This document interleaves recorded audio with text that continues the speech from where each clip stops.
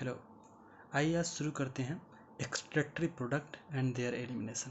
तो एक्सट्रैक्टरी प्रोडक्ट में आप देखते हैं कि एक्सट्रैक्टरी प्रोडक्ट वो होते हैं जो आपके फाइनल प्रोडक्ट होते हैं, जो आपके मेटाबॉलिज्म के बाद जो फाइनल प्रोडक्ट बनते हैं वो आपके किसी काम के नहीं होते, तो उनको बाहर निकाल देना पड़ता है। तो आइए देखते हैं वो कौन कौन से हैं। तो पहला हो गया अमोनिया है, यूरिया है, यूरिक एसिड, आपका CO2, S2 और सम आयंस भी हैं, ठीक ना।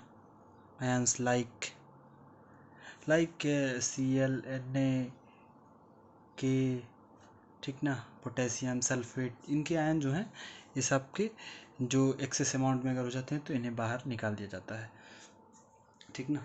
तो आइए देखते हैं अब। हाँ, ये हो गया, इन्हें बाहर निकाल दिया। तो जो आपके CO2 हैं, S2 हैं, तो आप देखे ही हैं लंग्स से निकाल दिए जाते हैं।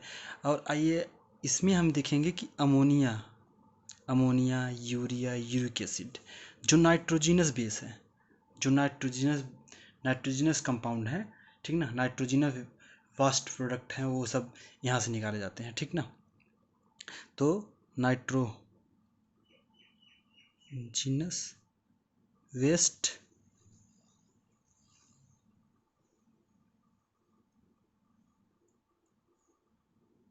प्रोडक्ट जो हैं, जैसे कि आ गया आपका अमोनिया हो गया, यूरिया हो गया, यूरिक एसिड हो गया, ये सब नाइट्रोजिनस बेस है। तो नाइट्रोजिनस बेस जो होते हैं उनमें ये हो गया। तो अमोनिया जो है ये होता है, मोर टॉक्सिक होता है, ठीक ना। और ये यूरिक एसिड जो होता है ये लेस टॉक्सिक होता है, लेस टॉक्सिक, ठीक।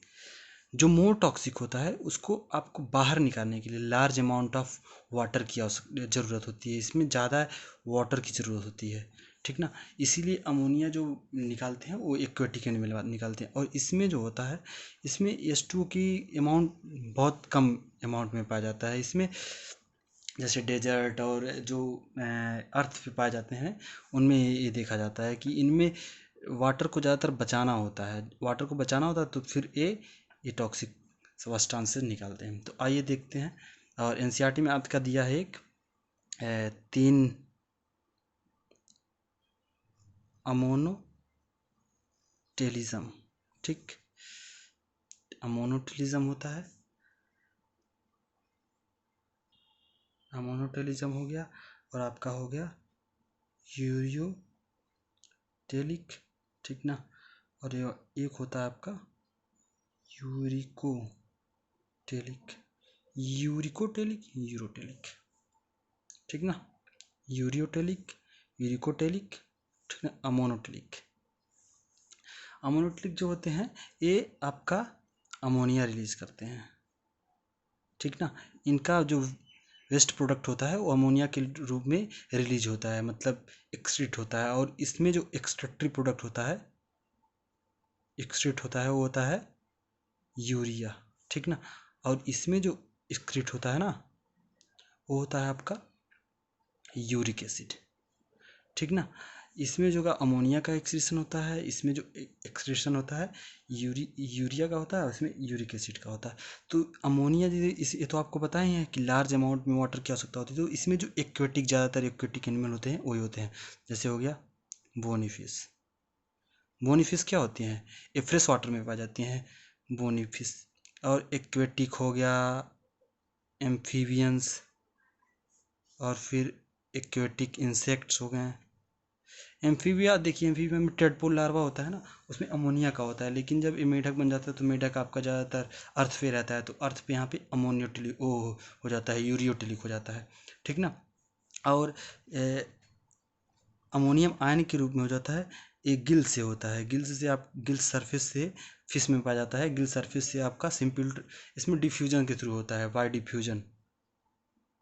जैसे ही इसमें किडनी की ज़रूरत भी नहीं पड़ती है, किडनी सीधे गिल से आपका जो एक्सट्रैक्टेड प्रोडक्ट है वो सीधे आपका वाटर में डिजॉल्व होके आपका बाहर निकल जाता है। लेकिन ये जो होता है यहाँ पे किडनी की ज़रूरत होती है। इसमें क्या होता है,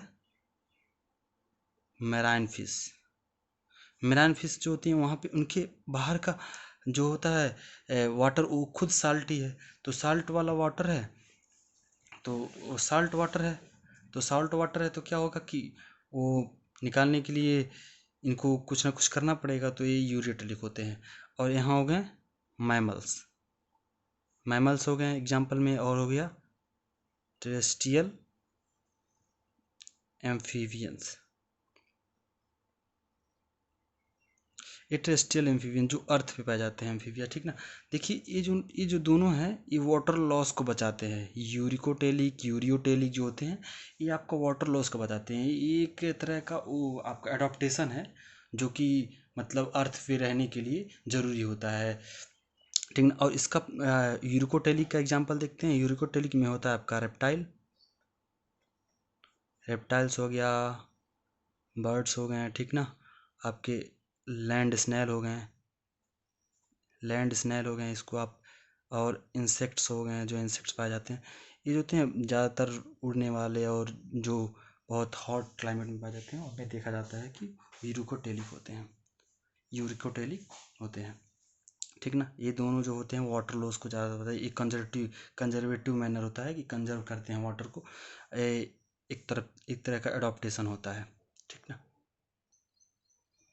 आइए कुछ और ऑर्गन्स और उनके एग्जांपल्स देख लेते हैं, क्योंकि एनसीईआरटी में दिए हुए हैं तो इसलिए आपको बताना पड़ रहा है। तो देखिए ये प्रोटोनेफ्रिडिया, ठीक ना, ये ऑर्गन है और ये आपका एनिमल्स हैं, ठीक ना। ये जो ऑर्गन प्रोटोनेफ्रिडिया और फ्लेम सेल है, ये आपका पाया जाता है आपका प्लेटी हेलमिंथीज, में होता है, ठीक ना, रोटीफस में होता है, ठीक ना, सिफेलो कॉर्डेट। तो प्लेटी हेलमिंथीज में आपका एग्जांपल हो जाएगा प्लेटी हेलमिंथीज में प्लेनेरिया हो जाएगा प्लेटफॉर्म, और इसमें हो जाएगा सिफेलोकॉर्डेट में होगा एम्फियोक्सियस, ठीक ना, एम्फियोक्सस। अब आइए और देखते हैं नेफ्रिडिया। नेफ्रिडिया जो होता है ये आपका अर्थवर्म, ठीक ना, और अदर एनिलिड्स में पाया जाता है, ठीक ना। और मल्पिगियन ट्यूब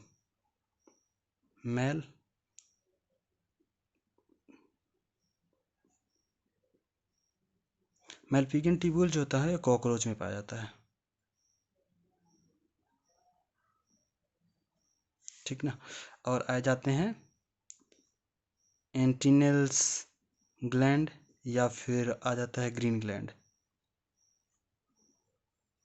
ये एंटिनल्स और ग्रीन ग्लैंड जो होते हैं ये क्रस्टेशियंस में पाए जाते हैं, क्रस्टेशियंस लाइक प्रॉन,